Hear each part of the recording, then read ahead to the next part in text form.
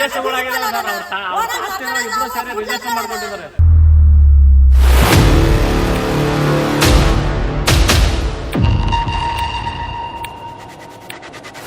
ನಾವು ಕಂದಾಯ ಕಟ್ಟಿ ರಿಜಿಸ್ಟರ್ ಆಗಿ ಏನಿದೆ ಬರೇ ಮನೇಲಿ ಇದ್ರೆ ಅವ್ರು ಕೇಳ್ಬೇಕಾಗಿರೋದು 75-80 ವರ್ಷ ಏನ್ 100 ವರ್ಷದ ಮೇಲೆ ಆಗದೇನೋ ಜಾಗ ಅವನಿಂದ ಬಂದಿರೋದು. ಇವಾಗ ಬಿಡಿ ಅಂದ್ರೆ ಯಾರು ಬಿಡ್ತಾರೆ?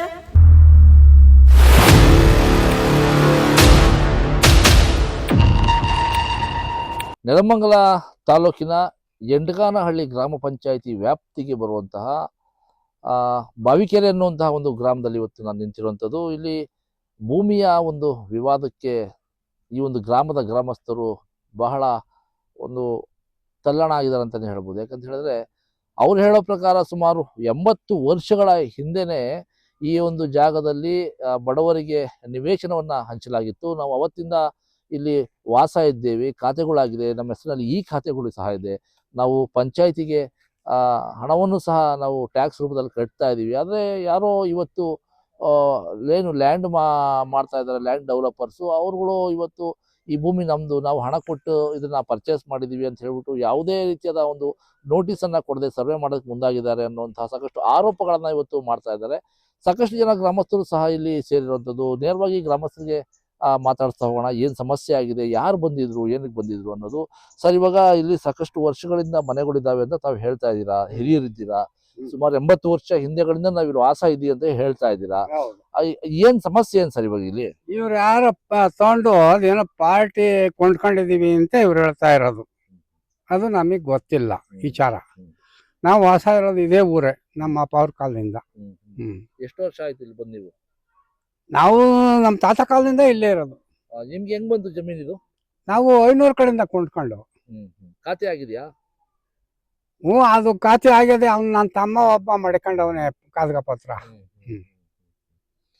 ಸರ್, ಇದು ಬಹಳ ಒಂದು ಊರಿನ ಜನ ಎಲ್ಲ ಪಾಪ ನೀವೆಲ್ಲ ಬಹಳ ಗಾಬರಿ ಆಗಿದ್ದೀರ. ಸುಮಾರು ವರ್ಷಗಳಿಂದ ಇಲ್ಲಿ ನೆಲೆ ಊರಿದ್ರು ಸಹ ಇವತ್ತು ಏಕಾಏಕಿ ಯಾರ ಬಂಡವಾಳಶಾಹಿಗಳು ಬಂದ್ಬಿಟ್ಟು ನಮ್ಮ ಮನೆಗಳನ್ನ ಕಿತ್ಕೊಳ್ಳುವಂತ ಪ್ರಯತ್ನ ಮಾಡ್ತಾ ಇದ್ದಾರೆ. ಏಕಾಏಕಿ ಬಂದು ಸರ್ವೆ ಮಾಡೋದಕ್ಕೆ ಮುಂದಾಗ್ತಾ ಇದ್ದಾರೆ ಅಂತ ಹೇಳ್ಬಿಟ್ಟು ನಿಮಗೆ ನೋಟಿಸ್ ಏನನ್ನ ಸರ್ವೆ ಮಾಡೋದಕ್ಕೆ ಕೊಟ್ಟಿದ್ರ? ಬಂದಿದ್ದವರು ಸರ್ಕಾರಿ ಸರ್ವೇಯರ ಅಥವಾ ಪ್ರೈವೇಟ್ ಸರ್ವೇನವರ? ಬಂದಿದ್ದವರು ಸರ್ಕಾರಿ ಸರ್ವೇವ್ರೇನೆ. ನಾವು ಸರ್ವೇರ್ನ ಮಾತಾಡಿಸಿದಾಗ ಇವರು ಅಳತೆ ಮಾಡಿಸ್ತಿರೋದು ತಪ್ಪು, ಇಲ್ಲಿ ಸುಪ್ರೀಂ ಕೋರ್ಟ್ ಆರ್ಡರ್ ಇದೆ, 10 ವರ್ಷ ಮೇಲ್ಪಟ್ಟು ಯಾರಾದರೂ ಅಲ್ಲಿ ವಾಸ ಇದ್ರೆ ಅವ್ರದೇ ಮನೆ ಅಂತ ಹೇಳಿ ಸುಪ್ರೀಂ ಕೋರ್ಟ್ ಆರ್ಡರ್ ಇದೆ.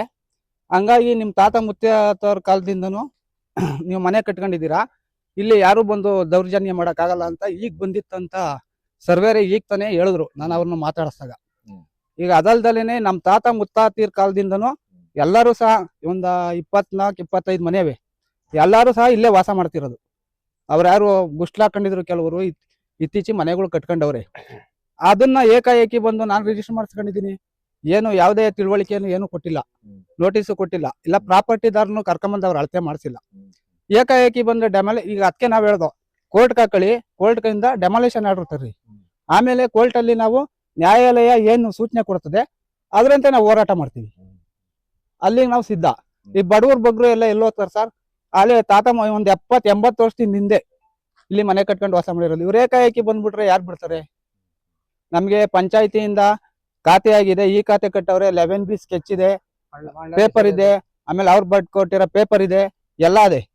ಅದ್ರ ಮೇಲೂ ಇವ್ರು ನಾವು ಜಮೀನ್ ತಗೊಂಡಿದೀವಿ ಅಂತ ಬಂದ್ರೆ ಇವ್ರು ಯಾವ ಮೂಲ ಆಧಾರದ ಮೇಲೆ ತಗೊಂಡ್ರು? ಪ್ರಾಪರ್ಟಿ ತಾಣಕ್ಕಿಂತ ಮುಂಚೆ ಇವ್ರು ಅಳತೆ ಮಾಡಿಸ್ಕೊಬೇಕಾಗಿತ್ತು. ಅಳತೆ ಮಾಡಿಸಿ ನಮ್ಮ ಜಮೀನು ಎಲ್ಲಿ ಬರ್ತದೆ ತೋರ್ಸಪ್ಪ, ನಮ್ಮನ್ನ ತೆರವು ಮಾಡಿಸ್ಕೊಡು, ಆಮೇಲೆ ತಾಂತೀವಿ ಅಂತ ಇವರು ಬಂಡವಾಳಶಾಹಿಗಳು ಬಂದು ಊರಲ್ಲಿ ಅವ್ರನ್ನ ಜಾಗ ಗುರುತಿಸಿ ಆಮೇಲೆ ತಗೋಬೇಕಾಗಿತ್ತು. ಏಕಾಏಕಿ ಜಮೀನು ನಾನು ಎಲ್ಲೋ ತೋರಿಸ್ತೀನಿ ಇದು ನಂದೇ ಜಮೀನು ಅಂದ್ಬಿಟ್ಟು ರಿಜಿಸ್ಟರ್ ಮಾಡಿ ಕೊಟ್ಬಿಡ್ತಾರಾ?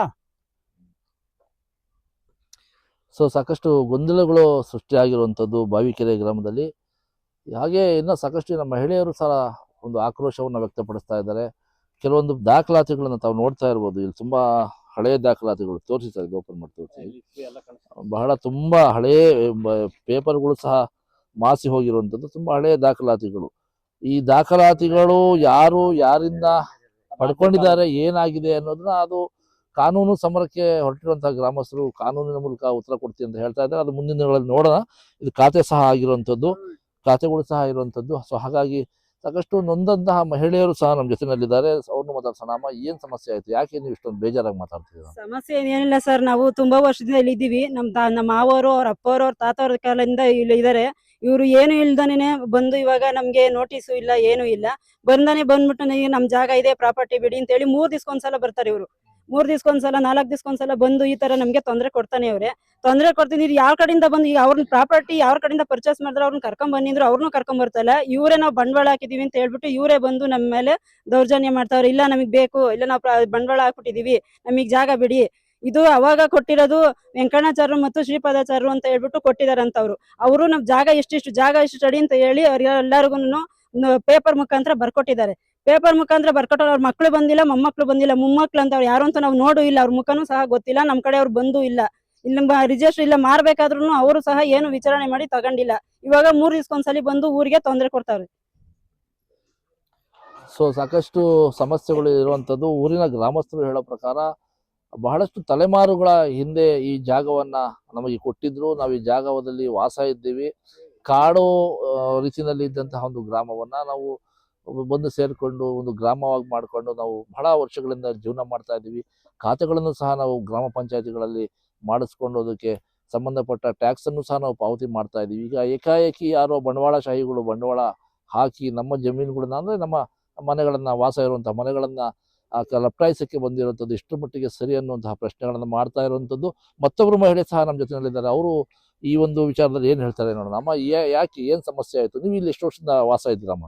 ನಾವಿಲ್ಲಿ 40 ವರ್ಷ ಆಗಿದೆ. 40 ವರ್ಷದಿಂದ ನಾವ್ ಇಲ್ಲೇ ಸಂಸಾರ ಮಾಡ್ತಾ ಇದ್ದೀವಿ. ಬಂದು 3 ದಿನಕ್ಕೂ ತೊಂದರೆ ಕೊಡ್ತಾವ್ರೆ. ಇವ್ರು ಯಾರು, ಏನು ಎತ್ತ ಅಂತ ನಮಗ್ ಗೊತ್ತಿಲ್ಲ. ಅವ್ರು ತಗೊಂಡಿರೋರು ಕೂಡ ನಾವು ಕೊಟ್ಟಿದೀವಿ, ಇಲ್ಲಿ ನಮ್ ಜಾಗ ಐತೆ ಅಂತ ಅನ್ಬಿಟ್ಟು ಕೊಟ್ಟಿರೋರು ಯಾರು ಇಲ್ಲಿಗೆ ಬಂದಿಲ್ಲ. ಇವತ್ ಬಂದು ಹಿಂಗ್ ತೊಂದರೆ ಕೊಡ್ತಾವ್ರಲ್ಲ, ನಾವೆಲ್ಲ ಮಕ್ಳು ಮರಿ ಕಟ್ಕೊಂಡು ನಾವೆಲ್ಲ ಎಲ್ಗೋಗೋಣ. ನಮ್ಮ ಮಾವರ ಕಾಲದಿಂದನೂ, ಮುತ್ತಾತಿರ್ ಕಾಲದಿಂದನೂ ಇಲ್ಲೇ ಸಂಸಾರ ಮಾಡ್ತಾ ಇರೋದು. ಅದ್ರ ಮೇಲಾಗಿ ಇವ್ರು ಬಂದು ಹಿಂಗ್ 3 ದಿನಕ್ಕೂ ನಮಗ್ ತೊಂದರೆ ಕೊಟ್ರೆ ನಾವು ಊಟ ಹೆಂಗ್ ಮಾಡೋಣ? ಅಲ್ಲಮ್ಮ, ಈಗ ಅವರು ಇದಕ್ ಮುಂಚೆ ಯಾರಾದ್ರೂ ಈ ಜಾಗನ ಪೇಪರ್ಗಳನ್ನ ಅದು ಸೃಷ್ಟಿ ಮಾಡಿದಾರೋ ಏನ್ ಮಾಡಿದಾರೋ ನಮಗ್ ಗೊತ್ತಿಲ್ಲ, ನಿಮ್ಗೂ ಗೊತ್ತಿಲ್ಲ ಅಲ್ವಾ? ಏಕಾಏಕಿ ಇವಾಗ ಸರ್ವೆ ಮಾಡಕ್ ಬಂದಾಗ ನಿಮ್ಗೂ ಗೊತ್ತಾಗ್ತಾ ಇರೋದು ಇದು ಜಾಗನ ಯಾರೋ ತಗೊಂಡಿದಾರಂತೆ, ಇವ್ರು ಅದನ್ನ ಅವ್ರಿಗೆ ಯಾರಿಗೋ ಮಾರಿದಾರಂತೆ, ಅವರು ಸರ್ವೆಗೆ ಬಂದಿದ್ದಾರೆ ಅನ್ನೋದು ನಿಮ್ಗೆ ಅಷ್ಟು ಮಾಹಿತಿ ಇರುವಂತದ್ದು. ಈ ಹಿಂದೆ ಈ ಚಟುವಟಿಕೆಗಳು ಆಗ್ತಾ ಇದೆ ನಿಮ್ಗೂ ಗಮನದಲ್ಲಿ ಇರ್ತಾ ಇರ್ಲಿವಮ್ಮ? ಇರ್ಲಿಲ್ಲ. ಇವ್ರೇನು ಹೇಳ್ದೆ ಸೀದಾ ಇಲ್ಲಿಗೆ ಬಂದು ನಮಗ್ ತೊಂದರೆ ಕೊಡ್ತಾವ್ರಿ. ಸರಿ, ಈಗ ನಾನು ಹೇಳೋದು, ನಿಮ್ಮ ಹತ್ರ ಎಲ್ಲಾ ದಾಖಲಾತಿಗಳು ಇದೆ, ನಮ್ದೇ ಜಮೀನು ಅಥವಾ ನಮ್ದೇ ಮನೆಗಳು ಅನ್ನೋದಕ್ಕೆ ಪೂರಕವಾದ ದಾಖಲೆಗಳಿದೆ ಅಂದಾಗ ಇದನ್ನ ತಾವು ಏನಾದ್ರು ಕಾನೂನು ಹೋರಾಟಕ್ಕೆ ಏನಾದ್ರು ಮುಂದಾಗ್ತೀರಾ ಅಂತ? ಮುಂದಾಗ್ತಿವಿ. ನಾವು ಬಿಟ್ಕೊಡಲ್ಲ, ಇದನ್ನ ಮುಂದಾಗ್ತಿವಿ. ನಾವ್ ಅವತ್ತಿನ ಸಂಸಾರ ಮಾಡ್ಕೊಂಡಿದೀವಿ. ಇವತ್ತು ಯಾಕೆ ಹೆಂಗ್ ಬಿಟ್ಕೊಟ್ಬಿಡೋಣ? ಬಿಟ್ಕೊಡಲ್ಲ ನಾವು. ಅದೇನಾಗುತ್ತೋ ಆಗ್ಲಿ, ನಾವು ಮುಂದಕ್ಕೆ ನುಗ್ತೀವಿ. ಅಂದ್ರೆ ಈ ಒಂದು ಬಾವಿಕೆರೆನಲ್ಲಿ ಇರುವಂತಹ ಗ್ರಾಮದಲ್ಲಿರುವಂತಹ ಅಷ್ಟು ಮನೆಗಳ ವಿಚಾರನ ಅಥವಾ ಕೆಲವೊಂದು ಮನೆ ಜಾಗ, ಎಷ್ಟು ಜಾಗಕ್ಕೆ ಬಂದಿರೋರು? 24-28 ಮನೆ ಇದಾವೆ. ಅಷ್ಟು ಫುಲ್ ಅವ್ರದ್ದು ಅಂತ ನಮ್ದು ಅಂತ ಬಂದವ್ರು. ಅವ್ರು ಜಾಗದವ್ರು ಬಂದಿಲ್ಲ, ಬೇರೆಯವ್ರನ್ನ ಕಳ್ಸಿಕೊಡ್ತಾವ್ರಿ. ಬೇರೆಯವ್ರಿಗೆ ನಾವ್ ಹೆಂಗ ಅವಕಾಶ ಮಾಡ್ಕೊಡನಿ? ಇದ್ ಮಾಡ್ತಾರೆ ಸಂಸಾರ ನಾವು. ಅವ್ರನ್ನ ಬಿಟ್ಕೊಡಲ್ಲ ನಾವು. ಯಾರನ್ನು ಬಿಟ್ಕೊಡಲ್ಲ ನಾವು ಊರೊಳಿಗೆ. ಸೊ ವೀಕ್ಷಕರೇ, ತಾವು ಇಷ್ಟೊತ್ತು ನೋಡಿದ್ರ ಬಾವಿಕೆರೆ ಗ್ರಾಮದಲ್ಲಿ ಸುಮಾರು ಅವ್ರು ಹೇಳೋ ಪ್ರಕಾರ 70 ಅಥವಾ 80 ವರ್ಷಗಳಿಂದನೂ ಸಹ ಇಲ್ಲಿ ವಾಸ ಇರುವಂತಹ ಗ್ರಾಮಸ್ಥರು ಈಗ ಏಕಾಏಕಿ ಯಾರೋ ಬಂಡವಾಳಶಾಹಿಗಳು, ರಿಯಲ್ ಎಸ್ಟೇಟ್ ಮಾಡುವಂತಹ ಉದ್ಯಮಿಗಳು ಇವತ್ತು ಗ್ರಾಮದಲ್ಲಿ ಏಕಾಏಕಿ ನುಗ್ಗಿ ಸರ್ವೆ ಮಾಡ್ತೀವಿ, ಇದು ನಮ್ದು ಜಾಗ ಅಂತ ಹೇಳ್ಬಿಟ್ಟು ಅತಿಕ್ರಮ ಪ್ರವೇಶ ಮಾಡಕ್ ಮುಂದಾಗ್ತಾ ಇದ್ದಾರೆ. ನಾವು ಬಹಳ ವರ್ಷಗಳಿಂದ ಇಲ್ಲಿ ವಾಸ ಇದ್ದೀವಿ, ನಮ್ಮ ಹತ್ರ ಸಂಬಂಧಪಟ್ಟ ದಾಖಲಾತಿಗಳಿದ್ದಾವೆ, ಖಾತೆಗಳು ಸಹ ಇದ್ದಾವೆ. ಸೊ ಹಾಗಾಗಿ ಈ ಒಂದು ಜಾಗವನ್ನ ಮಾರಾಟ ಮಾಡದಂತಹ ವ್ಯಕ್ತಿ ಯಾರು, ಕೊಂಡುಕೊಂಡಂತವ್ರು ಯಾರು, ತಾವುಗಳು ಮುಂದೆ ಬರಬೇಕು. ಯಾರು ನಿಮ್ಗೆ ಯಾವ ಆಧಾರದ ಮೇಲೆ ಇವರು ಜಾಗವನ್ನ ಮಾರಿದ್ರು ಅನ್ನೋದು ನಮಗೆ ಫಸ್ಟ್ ಬಹಿರಂಗ ಪಡಿಸ್ಬೇಕು. ಯಾವ ದಾಖಲಾತಿ ಆಧಾರದ ಮೇಲೆ ತಾವು ಈ ಒಂದು ಜಾಗಕ್ಕೆ ಬಂದಿದ್ದೀರಾ? ಯಾವುದೇ ರೀತಿಯಾದಂತಹ ಒಂದು ನೋಟಿಸ್ ಕೊಟ್ಟಿಲ್ಲ, ಸರ್ವೆ ಮಾಡೋದಕ್ಕೆ ಏನು ಕೊಟ್ಟಿಲ್ಲ, ಏಕಾಏಕಿ ಅತಿಕ್ರಮ ಪ್ರವೇಶ ಮಾಡ್ತಾ ಇದ್ದೀರಾ, ಇದು ತಪ್ಪು ಅನ್ನುವಂತಹ ಒಂದು ನಿಟ್ಟಿನಲ್ಲಿ ಗ್ರಾಮಸ್ಥರು ತಮ್ಮ ಆಕ್ರೋಶವನ್ನ ವ್ಯಕ್ತಪಡಿಸ್ತಾ ಇದ್ದಾರೆ. ಮುಂದಿನ ದಿನಗಳಲ್ಲಿ ಈ ಒಂದು ಜಾಗದ ವಿವಾದ ಯಾವ ಮಟ್ಟಕ್ಕೆ ಹೋಗುತ್ತೆ, ಕಾನೂನು ಒಂದು ಮೊರೆ ಹೋಗಿ ನ್ಯಾಯ ಕೇಳುವಂತಹ ನಿಟ್ಟಿನಲ್ಲಿ ಹೋಗುತ್ತಾ ಅಥವಾ ಬೇರೆ ಬೇರೆ ಕಾರಣಗಳಿಗೆ ಇಲ್ಲಿ ದಾರಿ ಮಾಡಿಕೊಡುತ್ತಾ ಅಂತ ಕಾದು ನೋಡ್ಬೇಕಾಗಿದೆ. ಎದೆಗಾರಿಕೆ ಸುದ್ದಿವಾಹಿನಿಗಾಗಿ ವಸೀಂ, ನೆಲಮಂಗಲ.